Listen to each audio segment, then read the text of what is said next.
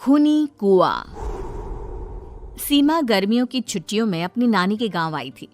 सीमा नानी के घर पहुंचने के बाद अपनी नानी के पैर छूती है और उनसे आशीर्वाद लेती है। तभी उसकी नानी उससे कहती है, इतनी बड़ी हो गई मेरी सीमा, चल जल्दी से हाथ मुंह धो ले, मैं तेरे लिए खाना लगा देती हूँ। भूख लगी होगी ना? हाँ नानी, भूख तो लग रही है मुझे, आपके हाथ के बने हुए पीले दाल और चावल खाने की। कितना टाइम हो गया है मुझे आपके हाथ का बना हुआ दाल चावल खाए हुए। तू तो नौकरी में व्यस्त थी, तो तुझे कहाँ से टाइम मिलेगा अपनी नानी के लिए? और जब इतने टाइम बाद आई है तो ज्यादा टाइम के लिए रुक कर जाएगी तू। हाँ नानी, इस बार पूरे 2 महीने के लिए आई हूँ। सीमा की नानी अंदर जाकर उसके लिए खाना बनाने लगती है। सीमा कमरे में अकेली होती है, तभी उसे किसी औरत के रोने की आवाज सुनाई देती है। वो कभी खिड़की से बाहर झांकती है तो कभी दरवाजे से बाहर झांकती है। उसे समझ में नहीं आ रहा होता है कि आखिर रो कौन रहा है। तभी नानी खाना लेकर आ जाती है। वो अपनी नानी से कहती है, नानी, कोई औरत रो रही है क्या? मैं जब से यहाँ आई हूँ तब से मुझे यहाँ किसी औरत की रोने की आवाज आ रही है। हे भगवान, कहीं ये वही तो नहीं? बोलो ना नानी। अरे कोई नहीं रो रहा, ये तेरे मन का वहम है। और तू ना अब खाना खा ले, ज्यादा यहाँ वहाँ की बातों में ध्यान मत दिया कर। जल्दी से खाना खा और फिर मेरे साथ आ जा मेरे कमरे में, दोनों बैठकर खूब सारी बातें करेंगे। ऐसे ही अगले दिन सीमा अपनी नानी के साथ गांव के बाजार जा रही होती है। उसी रास्ते में फिर से किसी औरत के रोने की आवाज आती है। वो अपनी नानी से कहती है, अरे नानी, क्या सच में तुम्हें अभी भी किसी औरत की रोने की आवाज नहीं सुनाई दे रही? मुझे किसी औरत की बहुत बुरी तरीके से रोने और चीखने की आवाजें आ रही है। मैं बहुत परेशान हूँ नानी, आखिर ये कौन है? मुझे लगता है कि सीमा को शहर भेज देना चाहिए, यहाँ रहना उसके लिए ठीक नहीं। नानी बोलो ना, आप चुप क्यों हो जाती हो? सीमा, तू घर चल, मुझे तुझसे बहुत जरूरी बात करनी है।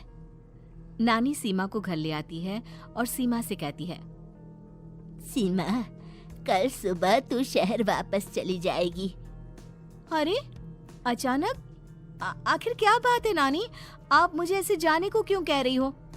मैं बस जो कह रही हूँ उस पर ध्यान दे। तू कल सुबह यहाँ से चली जाएगी, और ये बात मैं कोई मजाक में नहीं बोल रही। तू कल जाएगी तो मतलब जाएगी। अरे नानी, चली जाऊंगी मैं, ठीक है, पर आखिर बात क्या है ये तो बता दो। मम्मी से कोई बात हुई है या फिर मुझसे कोई गलती हुई है जो तुम मुझे अचानक से जाने के लिए बोल रही हो? देख सीमा, रात बहुत हो चुकी है और मुझे इस बारे में कोई बात नहीं करनी। चल, अब चल के मेरे साथ सो जा। सुबह की बस पकड़कर तुझे शहर भी तो जाना है। सीमा को अपनी नानी का ऐसा व्यवहार देखकर बहुत ही अजीब लगता है। उसे कुछ समझ में नहीं आ रहा होता है कि आखिर उसकी नानी उसे अचानक से गांव छोड़कर जाने के लिए क्यों कह रही है। ये सारी बातें सोचते सोचते सीमा की आंख लग जाती है और वो अपनी नानी के साथ सो जाती है। ऐसे ही आधी रात को सीमा को फिर से किसी औरत की रोने की आवाज सुनाई देती है। वो उस औरत की आवाज सुनकर बार बार करवटें बदल रही होती है और तभी उसे सपने में भी एक अजीब सी औरत की परछाई दिखाई देती है, जो इतना चीख चीख कर रो रही होती है कि सीमा डरकर उठ जाती है। वो पूरे पसीने पसीने हो रही होती है। वो अपने आसपास देखती है तो घर में बिल्कुल शांति का माहौल होता है। सीमा घबरा जाती है। वो अपनी नानी को जगाने की कोशिश करती है, मगर उसकी नानी नहीं जगती। सीमा को फिर से उस औरत की रोने की आवाज सुनाई देती है। आखिरकार सीमा अपने आप को रोक नहीं पाती और वो घर का दरवाजा खोलकर बाहर निकलती है। आखिर ये माजरा क्या है? आज तो मैं पता करके रहूंगी। अब आवाज का पीछा करते हुए सीमा आधी रात को गांव के चौपाल के पास बने कुएं के पास पहुंच जाती है, जहां कुएं की चारों ओर बेड़ियां लगी होती हैं। उन बेड़ियों में लगे हुए ताले के साथ एक लाल रंग का कपड़ा और माता रानी का कलावा बंधा होता है।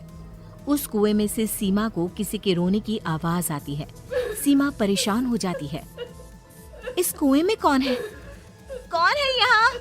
सुनो, कौन है? कौन रो रहा है? वो चिल्ला चिल्ला कर पूछती है और साथ ही लोगों को जगाने की कोशिश करती है, मगर किसी को भी उसकी आवाज सुनाई नहीं देती।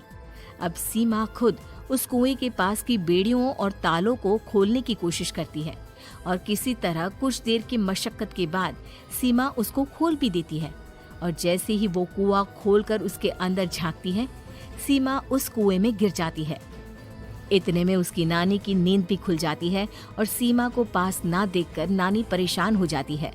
नानी घबराकर पूरे घर में उसे ढूंढने की कोशिश करती है, जिसके बाद उसकी नानी और सभी लोग उस खूनी कुएं के पास जाते हैं और सीमा की नानी कुएं के पास खड़ी होती है। सभी गांव वालों और सीमा की नानी को सीमा के चिल्लाने की आवाज आती है, बचाओ, कोई मुझे बचाओ। मेरी बच्ची, हम आ गए, हम तुझे बचा लेंगे। नानी, मुझे यहाँ बहुत डर लग रहा है। यहाँ इंसान की कटी हुई मुंडिया, हाथ, पैर और कंकाल है और खून भी है। नानी, मुझे डर लग रहा है। आप सब मेरी मदद कीजिए, नहीं तो ये खूनी कुआं मेरी बच्ची को भी खा जाएगा। अरे मुझे तो ये समझ में नहीं आ रहा कि आखिर इस खूनी कुएं को खोला किसने। सालों पहले इसको इतनी मुश्किलों के बाद तांत्रिक बाबा ने बंद किया था। अरे पूरा गांव खूनी कुएं के बारे में अच्छे से जानता है, तो कोई भी जानबूझकर तो ऐसा करेगा नहीं। मतलब किसी ने अनजाने में इसे खोल दिया है भैया।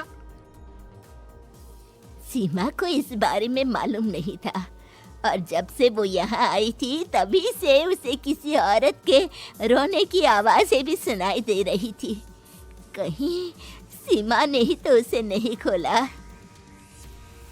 अगर ऐसा है तो फिर सीमा का बचना बहुत मुश्किल है। वहीं कुएं के अंदर सीमा रोते हुए बैठी होती है कि उसे आवाज सुनाई देती है, जो कुएं के बाहर खड़े गांव वालों में से किसी को सुनाई नहीं देता। आज सालों के बाद मुझे ताजा खून मिलेगा। तेरा खून पीकर आज मैं अपनी प्यास बुझाऊंगा।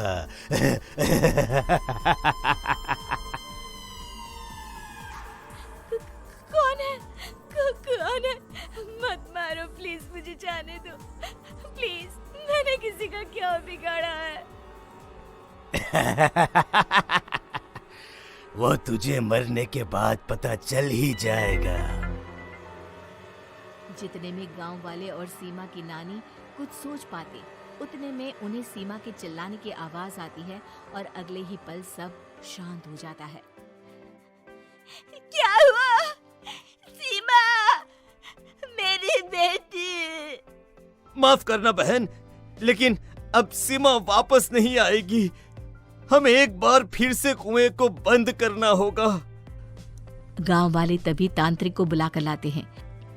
एक बार फिर अपनी शक्ति से तांत्रिक बाबा उस कुएं को हमेशा हमेशा के लिए बंद कर देते हैं और वहां एक बोर्ड लगा दिया जाता है कि यहाँ आना मना है।